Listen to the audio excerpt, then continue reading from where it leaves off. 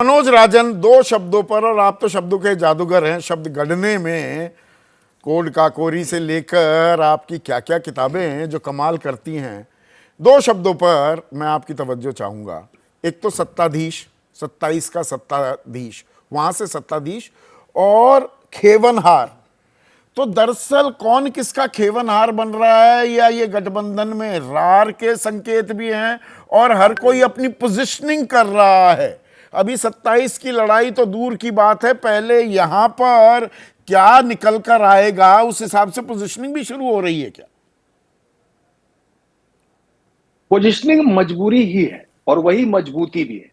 तो उसी के हिसाब से ये जो ऐन चुनाव के वक्त उनकी तिथि के मुताबिक, अगर वो तिथि है तो उस तिथि के मुताबिक जो पोस्टर लगाया गया, वो पोस्टरबाजी इन 9 सीटों के, हालांकि 10 सीटें हैं, उपचुनाव को लेकर ही वो पोस्टरबाजी शुरू हो रही है। और ये पोस्टरबाजी किसी सिर्फ योगी आदित्यनाथ या किसी भारतीय जनता पार्टी के लिए नहीं होती है। वो पोजीशनिंग इस प्रदेश में अपनी जमीन खो चुकी कांग्रेस के लिए भी होती है। ऐसा नहीं हो सकता कि महाराष्ट्र का जवाब अबू आजमी का कुछ और होगा और उत्तर प्रदेश का जवाब कुछ और। दोनों ही जगहों पर एक ही जैसे जवाब होंगे। ये दोनों लड़के एक बार पहले भी चुनाव लड़ चुके हैं, साथ में लड़ने आए थे। मुझे याद है नरेश उत्तम तब अध्यक्ष हुआ करते थे। 1 महीने के आसपास पूरा ड्रामा चला था सीटों के बंटवारे को लेकर, और उस वक्त लंबी लंबी वीडियो कॉल, अंततः प्रियंका गांधी ने वो पूरा मसला सुलझाया था और तब जाके वो गठबंधन कामयाब हुआ और बाद में अगले ही चुनाव में टूट गया था। अब आते हैं खेवनहार। तो चूंकि जो अंबेडकर नगर की कटहरी सीट है, ये सीट निषाद ने मांगी थी, ये सीट उनको चाहिए थी। ऐन वक्त पर जब वो सीट नहीं मिली तो एक धड़ा है, दो लोग अनप्रिडिक्टेबल हैं, निषाद भी हो सकते हैं और राजभर, ये दोनों लोग अनप्रिडिक्टेबल हैं। हाँ। इन्होंने अपनी पोस्टरबाजी करके अपनी ताकत दिखाने की कोशिश की, लिहाजा डिप्टी सीएम को बगल में बैठ के प्रेस कॉन्फ्रेंस करानी पड़ी, क्योंकि वहां पर मल्लाहों की, निषादों की एक अच्छी वोट बैंक है, अच्छा वोट बैंक है, उसको वो भाईचारे की प्रेस कॉन्फ्रेंस नहीं थी, मजबूरी की प्रेस कॉन्फ्रेंस थी कि दिखाना है कि हम साथ हैं। आप ये कह रहे हैं?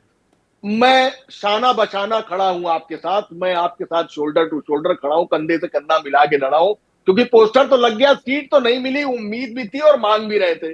अब नहीं दी है तो कम से कम ये चुनाव बिगड़ने ना पाए, किसी भी हालत में बिगड़ने ना, क्योंकि ये चुनाव और किसी के लिए कुछ नहीं है, भारतीय जनता पार्टी के लिए भी बहुत बड़ा चुनाव नहीं है ये चुनाव तो असली परफॉर्मेंस तो योगी आदित्यनाथ के रिजल्ट। तो मतलब वो तलवार अभी तक लटकी हुई है, वो सवाल जस का तस है, अभी भी घेराबंदी जारी है। अगर चुनावी नतीजे मुफीद नहीं हुए बीजेपी के तो दिक्कतें हो सकती हैं योगी आदित्यनाथ के लिए। मैं बिना नाम लिए कोट कर देता हूं, भारतीय जनता पार्टी के 5 बड़े नाम जो भी आप सोच सकते हो, उन 5 लोगों का कहना है कि लगातार देर हो रही है उस फैसले को लेकर।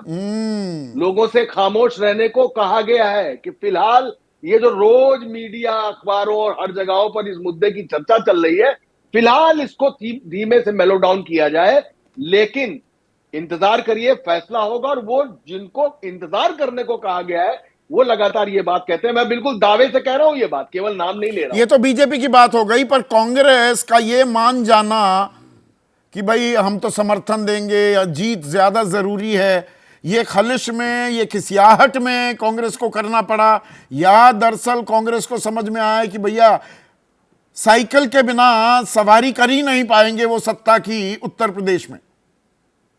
मैं फिर कहना चाहूंगा कि राजनीति गन्ने की फसल कतई नहीं है जो हर साल काटी जाए। राजनीति तो बरगद का पेड़ है जिसमें 100 साल बाद भी कोई आदमी अपने रस्सी डाल के झूला झूल सकता है।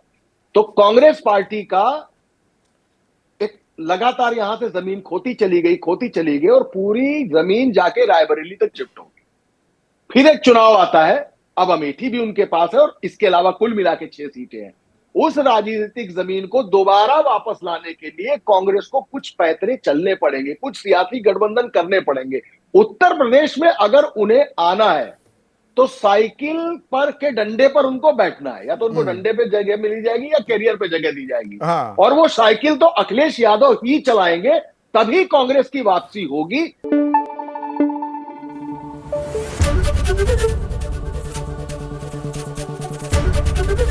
एबीपी न्यूज आपको रखे आगे।